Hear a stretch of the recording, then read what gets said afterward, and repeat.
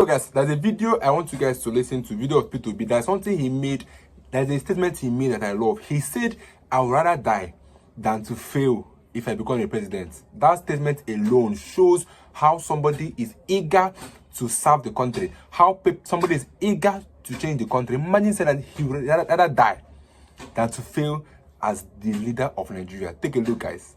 I would rather prefer to die than fail if I had succeeded in being president of Nigeria. No way.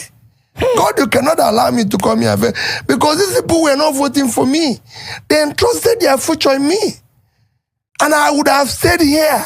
He was there today. Mo was there when I told somebody that I'll be here. No going in. We will see, we will make it to work. Because I know it could work, you know. And that was my situation in Anambra then. So when I started, people thought I said, no. Wait. This is this people's money. It must be used for them. And we must cut this cost. So it became a quarrel. What was my reason for my impeachment? 3 items. 3 items. Number one, when I started, as you know, under my predecessor, they burnt the lodge belonging to Anambra State, where the governor, they burnt the governor's office, they burnt every other facility. But these 2 items were in the budget. To refurbish my office, the budget was 298 million, approved budget. But I did everything with 43,200,000. Everything. Wow. And everybody, everything new. The only thing we didn't buy new was a table. I always tell people, because there was a table used by Dr. Mbadini, the governor before my predecessor. I just saw it one corner of the place. And I said, listen, just bring it, clean it. It's table. Table is table. It doesn't make any difference. Table doesn't write or think for anybody. It's just a table to put something. Whether we buy a new one or we use this one, it's table. To furnish the lodge, refurbish the lodge, do everything, was 486 million.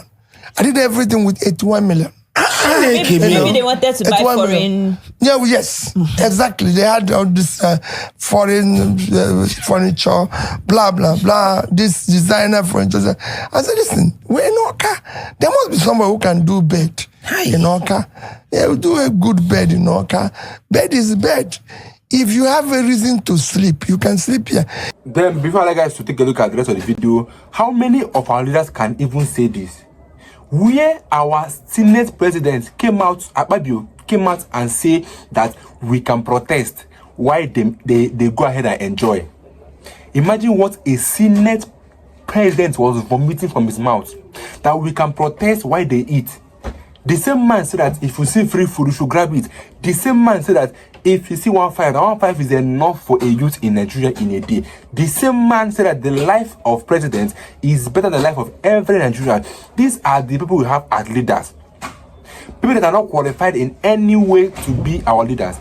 They are not qualified in any way. When I mean any, I mean no single way you can say that these people are qualified to be our leaders. But see a man that is desperate and wants the future of this country to be in a safe hand. You could imagine saying that he would rather die than to fail as the president of Nigeria.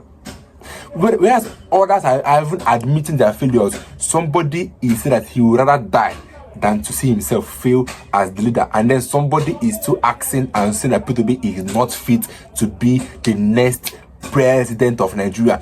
It doesn't make any sense that somebody can still be arguing the fact that P2B is the man for the seat and the man that we need to change Nigeria. But I'd like guys to enjoy the rest of the video. You can air your views there in the comment section. Don't forget to subscribe. It's your boy again, Kisword. I am here with a wonderful headline or video from P2B, His Excellency. Take a look, guys. And they always said I left 75 billion. I always like to correct it whenever people say that. We didn't borrow because I saw when they talked about we didn't borrow from the bank and no bond was issued, nobody clapped because it was bad business for most people here. We didn't borrow because we know it would be difficult for us to pay back. Some states are borrowing because they can pay back. But for me, the reason why we didn't borrow is that we needed to first, I always tell people always say, what is your greatest achievement in Anambra State? I always say to them, bringing civility and order in governance. It is not about infrastructure. It's not about infrastructure. It's not about this or that. The bringing order in governance is more critical. Some of you might not know that the greatest problem we face is not just corruption, but even indiscipline and irresponsibility of office holders. There's nowhere in the world you see somebody who is supposed to be a custodian of the law breaking the law consistently, except in this country. Because he makes sure he jumps the queue if other people are queuing. He makes sure he does everything that is wrong. So for me, doing that was the most critical thing. Let me plead with all of you this night. Whenever people talk about you, all of you are being to good schools. I always have friends like you who tell me about Singapore and this and that. And what I tell them that if you go to Singapore, and that's the only example I'll use, the best people are in government. The best brain in government. I plead with all of you, as you enjoy and do whatever you do in your good office and everything, please do not leave governance to the least in the society.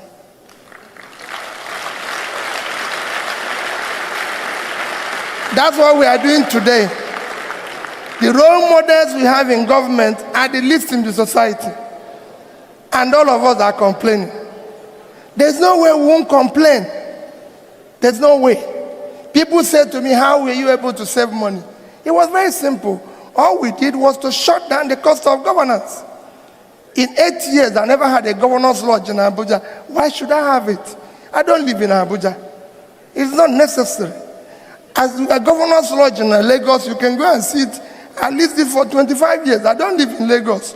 Why should we have governor's office in Lagos? In one year alone, we cut the cost of governor's travel by 80%. Why? When they invite me to Abuja for meeting, I'm the only person invited. Why should I go with 30 other people who nobody invited? And they have no reason to be there. And that's what is happening. You don't need to go too far. No, it's important that you know that. That is what is their problem, the cost. I have to pay for 30 people, nobody invited for the meeting. They constitute a nuisance to the traveling public at the airport. I go to the hotel and pay for them. And you know, because they're idle, they eat more. Because they have nothing they're doing. Why should I pay for them? And that was the cost. And it's important that if you people get involved, because when people say, they say, where did you get the money from? We didn't get the money from anywhere. We had 11, 12 governors guest house when I started. I shut all of them down. I'm a married man. If I finish work, I go home. There's no reason why I should go to guest house. Because he's the governor. The governor has to live an exemplary life. It's important that you people, the reason why I'm saying this is for you to get involved. I give you one example that saved us over $500 million. Obasanjo was to visit Anambra State. In my tenure, he has phoned me. He's there, and they said, I have to build the presidential lodge. I said, the president doesn't live in Anambra State. Why should I build a lodge for him? By the time I know it, they have directed somebody who had already packaged contract of $500 million. I said, we will build the house. Within 6 months, we will complete it. I said, not as long as I'm here. You're not going to build this place. The president can come in the morning and go in the evening. He doesn't have to sleep here. He doesn't have to sleep here, and I'm not going to do it. When the president phoned me directly, when Obasanjo said, yes, he must sleep in Anambra State, I went to him. I said, Mr. President, it's very simple. I have a lodge as a governor. In my bed, everything is there. What I'm going to do, I went to his people, let me vacate this place for 1 month. For you people, you stay here. When you go, I come back. I don't need to build a new house. And believe me, they accepted my own position, but took my keys for 1 week. I asked my wife, listen, carry everything out. We'll go 1 week, let them stay here. He slept in my own bedroom and everything. And 1 week we spent in a hotel in Oka, 120,000 naira. That would have cost us half a million naira. Why are we going to do it? We don't need a lodge. Because when people say it, they say, how did you do it? We shut down the cost of everything. And I can say it here, Access people, banker here. I have in Anambra State, the day I left, today, not even today I left, have at least $50 million. I didn't say naira in Access Bank. They have at least $56 million in Fidelity Bank, and they have at least $50 million in Diamond Bank, because we said we will save our money. We don't need to. But I'm saying all of you here can do it. There's enough money in this country. The responsibility, waste is too much. The greed is too high. This is the only country where people like me in office wants to own everything in the world. It is not so. You don't need to. You can serve your people, reduce your greed, and produce maximum. So please, I urge all of you, be part of building this country. You can do it. I've handed over to one of you, and like I told him the day I handed over, I spent my time, I spent my energy, I spent whatever little savings I have to make sure that he is the governor. He started well. Everybody listened to me the day I handed over to him. I have no agreement with him. I have nothing with him. The only thing I have with him is please build a better future for the children of Anambra State. Give them a better life. All of you here can participate. Go to your various wards, your various communities, in various ways, and help us to build. Nobody can build this country. We have no other country except this one. Nobody can do it. Not the people who are there today. I'm happy Ben is there. Let me tell you, the characters of the people that are there cannot change it. They cannot build it. So if you want to stay here and think that, oh, they will change it. No. They will not change it. I always tell people that when I went to Anambra State, it was a case of where lunatics were in charge of the asylum. I needed to put them back to the asylum and build a better place for the society. So you can do it and you can change it. So collectively, please, when you go back to your homes this night, look at your children. When you look at your children, you make up your mind. We must stop this abuse of our country. Otherwise, the society we abuse today will take its revenge on our children tomorrow. Let us build a better place for them. Thank you and God bless you. Yeah, that was a wonderful speech from P2B, and I just wish that this man can just win the election, and if only he can implement everything he did in Anambra State, in Nigeria will be so much far better. Because why? First thing first, he will reduce the cost of governance. Now, Nigeria cost of governance is one thing eating up our money, and then tomorrow they say I would have money. How can they be using billions of naira to renovate vice president's house? Like, what happened to the house?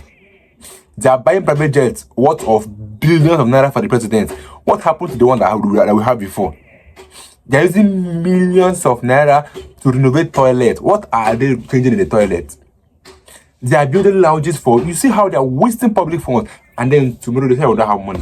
I think P2B is actually the right man. I keep on saying this because I've not seen any governor, I've not seen any man that can come out with dignity and integrity to say that he did not steal money from government. Nobody have done it. And ever since P2B left office, over 10 years now, EFCC have never said anything about probing P2B. Because this man is accountable. He's transparent. He will tell you, this is what I did with the money. This is what the money is used for. This is how much left, how much I use. This is accountability, what lacks in most of our leaders. If possible, all our leaders, because none of them is accountable. Like none of them can come out and say that this is what they will do. You could imagine in a Senate meeting, they are exposing them of budget padding. They are adding money. Just they're looking for possible means to lose money. Manga is that these people are billionaires. What are they using more money to do? This is selfishness, greediness at its peak. Because you already have money, you have cars, you have lots of investments. Then why are you still looking for a way to lose money? Every governor that leaves office, the EFCC have to probe him, and they will eventually find out that this person stole big amount of money. And at the end of the day, they will not still be arrested, or the money will not be returned back to the public. They will just let them go like that. How this country is messed up? And people always say in this video that how can the people that put law be the one failing the law, and then you expect others to come and obey the laws? This man shows a man of integrity, a man of dignity, a man of honesty, a man with respect, a man with accountability, a man with transparency. Tell me what again you need from a leader. A selfless man. P2B the selfless man. P2B did not build any presidential lounge in Anambra State. He did not even allow them to be for him a governor lounge in Abuja because he does not live there. You see houses, mansions, these our leaders are living in. They have like 20 cars. The main thing that P2B always say that even if you have 20 cars now, you only ride one at a time. If you have 1 million houses, you always sleep in one at a time. You can never sleep in all of them at the same time. Then why are you acquiring all those frivolities, acquiring all those things that you know that are not even meaning anything? Because you are the governor, you think you have the right to spend public funds anyhow. It does not make any sense. These are people's money. These are public funds which are meant to be used in the betterment of the public or the people you are leading. But in this current government in Nigeria, it's totally different. If this man does not win this election that is coming, we will see more shaking. You have seen shaking. We'll see more shaking in Nigeria. But the thing is that I think everybody's eye have opened. Like they all know that this man is the main man. Imagine El-Rufai coming out to say that P2B actually a good man. El-Rufai coming out to say P2B. So everybody's eye have opened. The hunger have reached there. So I think this election is going to be very, very hot. So I'll let you guys air your views in the comment section. Don't forget to subscribe. It's your boy again. Stay tuned, guys.